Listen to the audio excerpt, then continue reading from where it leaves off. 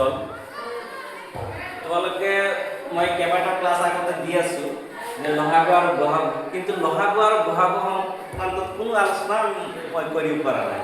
কাৰণ লহাগু আৰু বহাগু সংক্ৰান্তত আলোচনা কৰিবলৈ গ'লে আগতে তোমাৰ হেৰি আহিব লাগে, এই কি কয় উৎপাদক বিশ্লেষণ, তাৰপিছত উৎপাদকৰ কিছুমান অভেদ আছে, সূত্ৰ আছে, সেইকেইটা তোমাৰ মৌলিক সংখ্যা, যৌগিক সংখ্যা, এইবিলাক তোমাৰ আলোচনা কৰিম, জানিলে আমি সেইটো ভালকৈ কৰিব পাৰোঁ। পৰস্পৰ সহমৌলিক এইবিলাক কথা জানিব লাগে। এতিয়া তোমাক এইবিলাক কথা আমি আগতেই আলোচনা কৰা হৈছে। তোমালোকে যদি যিবিলাক নতুন যোগ হ'বা শ্বেয়াৰ কৰিবা, তেওঁলোকে সেই আগৰ ভিডিঅ'খিনি চাব লাগিব, তাৰ আগৰখিনিৰ লগত এইটো লিংক হৈ আছে।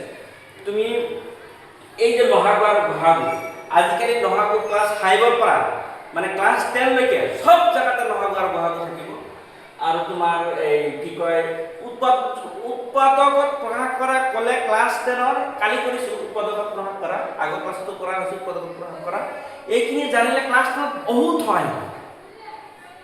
বহুপদ, দ্বিঘাত সমীকৰণ এইবিলাকত হেৰি আছে, উৎপাদকত প্ৰকাশ কৰাটা আছে, তাতে শূন্য আৰু গুণ মিলোৱা, তাৰপিছত তোমাৰ কিতাপৰ গোটেই কিতাপখনৰ মাজতে এই উৎপাদকত প্ৰকাশ কৰাবিলাক সোমাই আছে। আজি আমি লহাগু আৰু বহাগু মেইন পাৰ্টলৈ আহিছোঁ। এতিয়া চোৱা, লহাগু মানে লঘিষ্ঠ সাধাৰণ গুণিতক। লঘিষ্ঠ সাধাৰণ গুণিতক ইংৰাজীত এলচিএম, এইটো লয়েষ্ট কমন মাল্টিপুল। এইটো হৈছে বহাগু গৰিষ্ঠ সাধাৰণ উৎপাদক, ইংৰাজীত এইচচিএফ, হাইয়েষ্ট কমন ফেক্টৰ, এই একটো ফেক্টৰ আৰু এই আমটো মাল্টিপুল। এতিয়া আমি যদি ইয়াত কৈছোঁ তলৰ অখণ্ড সংখ্যাৰ লহাগু আৰু বহাগু নিৰ্ণয় কৰিব লাগে। এতিয়া চোৱা, এইকেইটা অংক আমি আজিকালি 5তো আছে, 6তো আছে, 7তো আছে, ওপৰত ক্লাছ 10তে আছে। এইকেইটা আমি ক্লাছ 10ৰ পৰা লৈছোঁ, এইখিনি ক্লাছ 10ৰ পৰা লৈছোঁ। লহাগু বহাগু নিৰ্ণয় কৰে ক্লাছ 10ত আছে, 10ৰ কিতাপত আছে। যদি 10ৰ কিতাপত আছে, এইকেইটা যে ক্লাছ 6ৰ পৰা 5ৰ ল'ৰা ছোৱালী কৰিব নোৱাৰিব এইটো কথা নহয়। কাৰণ এনেকৈ এই অংক সংখ্যাকেইটা নাথাকিলেও বেলেগ সংখ্যা আছে, এই চামিয়ে হ'ব। গতিকে এইটো ক্লাছ 5ৰ পৰা 10লৈ কৰিব পাৰি। এতিয়া চোৱা, আমি 1 নম্বৰটা আলোচনা কৰিম। সমাধানটো তোমাৰ 1, সমাধান 1, সমাধান 1। এইটো কি আছে? 12। 12 তুমি কেনেকৈ লিখিব পাৰিবা? ইয়াৰ উৎপাদীকৰণ কি আছে? আগতে আমি আলোচনা কৰিছিলোঁ। এইটো তুমি লিখিব পাৰা 2 পূৰণ 2 পূৰণ 3। 2 গুণ কি হ'ব? 4, 4 গুণ কি হ'ব? 12। ইয়াৰ কাৰণে 1 আছে, আমি মৌলিক উৎপাদীকৰণখিনি লিখিছোঁ।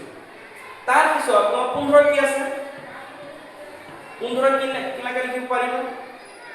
3 পূৰণ 5 লিখিব পাৰিবা। 3 5 গুণ কি হ'ব? 15। তোমালোকে ক'বা যে স্যাৰ ইয়াতে লিখিছে যে তলে মিলাই লিখিলে ভাল হয়, সুবিধা হয়। তাৰপিছত কি আছে?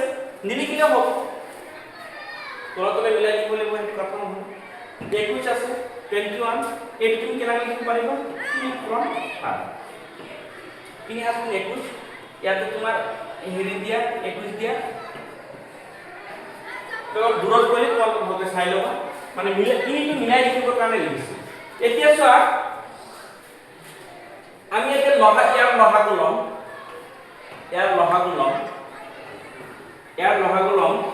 লহাগু মানে আমি লঘিষ্ঠ সাধাৰণ গুণিতক। তোমালোকে এইটো কথা জানিলো, আৰু এই যে আমি উৎপাদকবিলাক ওলাব লাগে, যেনে 12 উৎপাদক আমি 2 পূৰণ 2 পূৰণ 3, 15 উৎপাদক 3 পূৰণ 5, 21 উৎপাদক 3 পূৰণ 7। এটা আছে, একটা আমি নিলিখিলেও হ'ব, কাৰণ 1 পূৰণ কৰিলে এইটোৱেই হ'ব।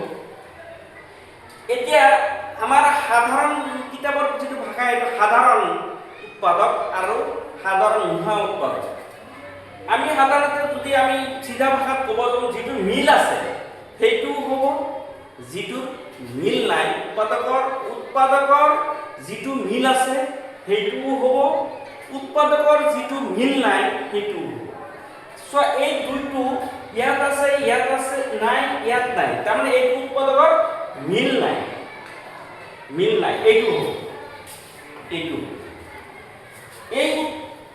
এই দুইটো যে ইয়াৰ কি নাই, মিল নাই,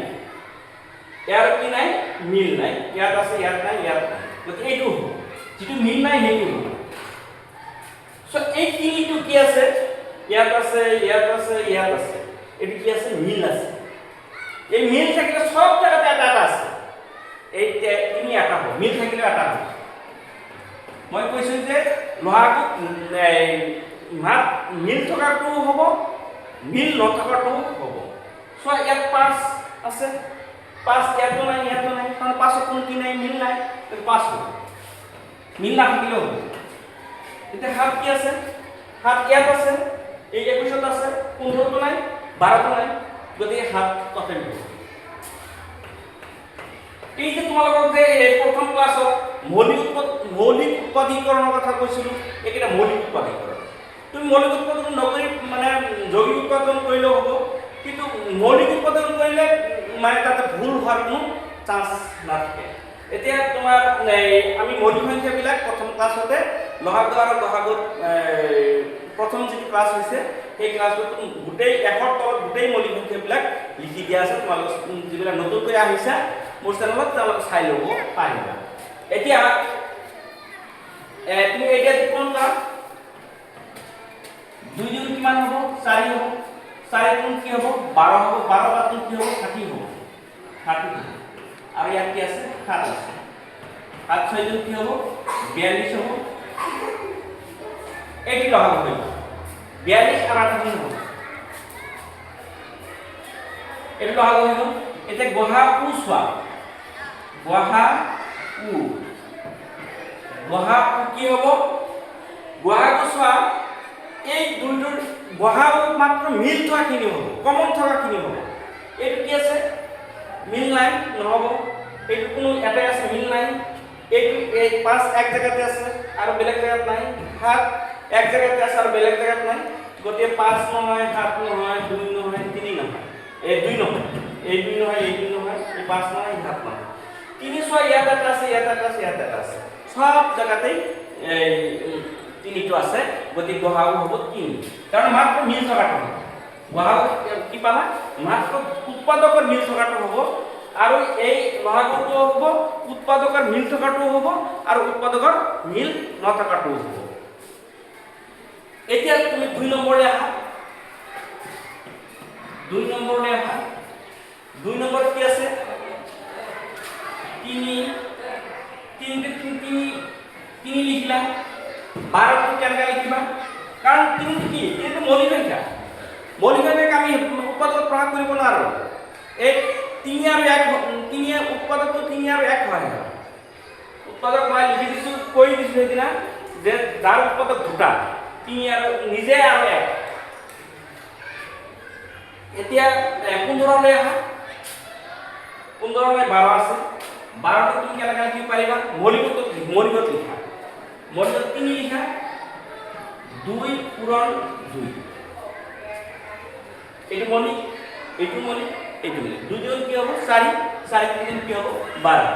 তাৰপিছত কি আছে, 15 আছে, তুমি 15 লিখা। 15 তুমি কেনেকৈ লিখিবা, 3 পূৰণ 5। এতিয়া তুমি এইটো উৎপাদকত প্ৰকাশ কৰা হৈ গ'ল। এতিয়া তুমি কি লিখা, লহাগু লিখা, লহাগু লিখিলা। চোৱা এই 3 গোটেই জায়গাতে এটা 3 আছে। লহাগু মানে কি কৈছো, যে উৎপাদকৰ মিল থকাটো হ'ব, মিল নথকাটো হ'ব। এই 3টো মিল আছে, এটা মিল আছে, গতিকে 3 হ'ব। চোৱা এই 2টো ইয়াতো নাই, ইয়াতো নাই, গতিকে এটা 2 হ'ব। এই 2টো ইয়াতো নাই, ইয়াতো নাই, তথাপি এটা 2 হ'ব। আৰু এই 5টো চোৱা, ইয়াত আছে, ইয়াতো নাই, ইয়াতো নাই, 5 এটা কি হ'ব, 2 × 2 কি হ'ব, 10 হ'ব। 3 × 2 কি হ'ব, 6 হ'ব। 6 আৰু 10 পূৰণ কৰিলে কি হ'ব, 60 হ'ব। এইকেইটা লহাগু হ'ব 60। এতিয়া গহাগু কি হ'ব, গহাগু কি হ'ব, চোৱা এই গহাগুৰ অৰ্থটো হৈছে মাত্ৰ উৎপাদকৰ মিল থকাটো হ'ব। এইটো মিল ইয়াতো নাই নহ'ব, এই দুইটো ইয়াতো নাই নহ'ব, এই পাঁচটো ইয়াতো নাই নহ'ব, তিনিটো ইয়াতো আছে ইয়াতো আছে। এইটো এইটো 3 নম্বৰত কি আছে চোৱা,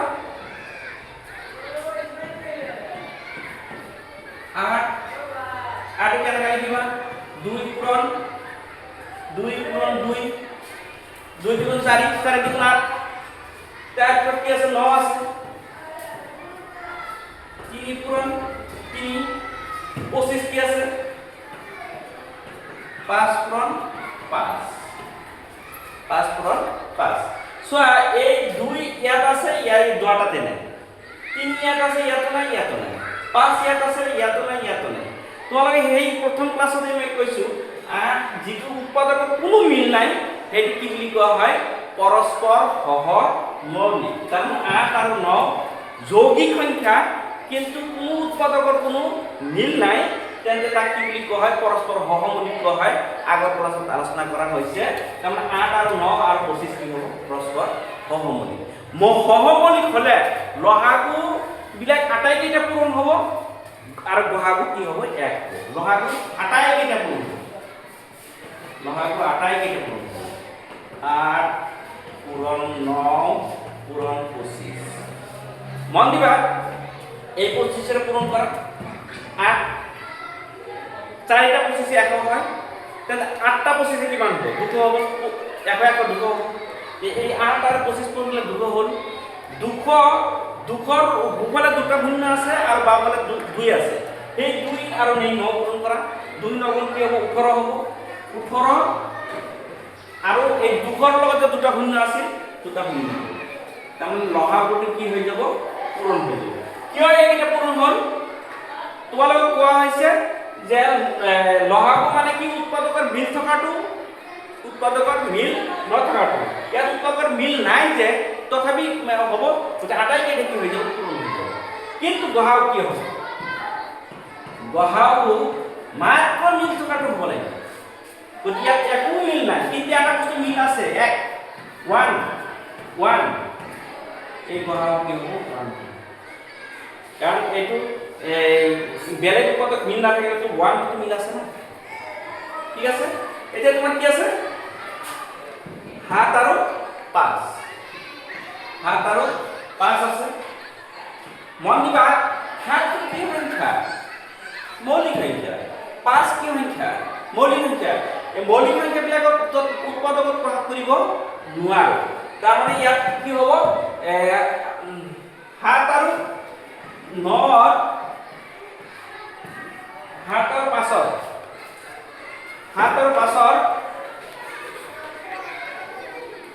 5 লহাগু ডাইৰেক্ট পূৰণ হ'ব। যেহেতু আমাকৰ ডাইৰেক্ট হেৰি নাই, আমি জানো যে মৌলিক সংখ্যাবিলাকৰ কি নাই, উৎপাদকত আমি প্ৰকাশ কৰিব নোৱাৰোঁ, সি নিজে সেইকাৰণে মৌলিক ডিফাৰেন্স কৰা হৈছে। গতিকে এইটো 7 আৰু 5 লহাগু ডাইৰেক্ট দুটা পূৰণ হৈ যাব। তোমালোকে ক'ব কেনেকৈ পূৰণ হৈ গ'ল, তোমালোকক কোৱা হৈছে যে লহাগুৰ ক্ষেত্ৰত উৎপাদকৰ মিল থকাটো হ'ব, উৎপাদকৰ মিল নথকাটো হ'ব। গতিকে 7ৰ উৎপাদক 7 নিজে, 5ৰ উৎপাদক 5 নিজে। গতিকে এইটো উৎপাদকৰ মিল নাই, এইটো উৎপাদকৰ মিল নাই। গতিকে আমাৰ লহাগুৰ ক্ষেত্ৰত কি আছে, উৎপাদকৰ মিল নথকাটো হয়, মিল থকাটো হয়। গতিকে যিহেতু মিল নাই তথাপি লহাগুটো কি হ'ব, পূৰণ হ'ব। 7 5 35 হ'ব।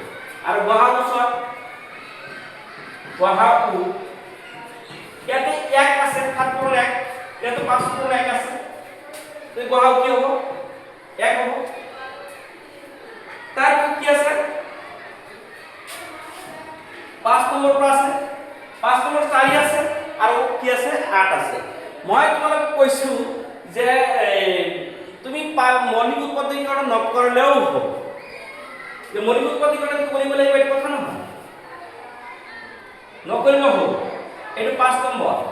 4টো তুমি কেনেকৈ লিখিব পাৰিবা, 4 পূৰণ 1। মৌলিক উৎপাদন কৰিলে ভুল হোৱাৰ কোনো সম্ভাৱনা নাই। ইয়াত 8 কৰিলে 4 পূৰণ 2 হ'ব 4 পূৰণ 2 হলে তোমাৰ এই 4 যদি মিলি গৈছে লহাগু কি হ'ব লহাগু হ'ব এই যে মিল থকা এই 4 4 মিল থকা প্রতি 4 এটা হ'ব আৰু এই একটো মিলি গলে একটো পূৰণ কৰি একে হেৰি আহিব ইয়াত 2 টো আছে মানে 4 পূৰণ 2 কি হ'ব 8 এটা মৌলিক সংখ্যাত ভগোৱা নাই 8 আৰু গহাগৰ ক্ষেত্ৰত কি হ'ব গহাগৰ ক্ষেত্ৰত হ'ব এই যে 4টা মিল আছে যে এই দুটি মিল নাই এইটো নহয় এই মিল থকা কি আছে 4 আছে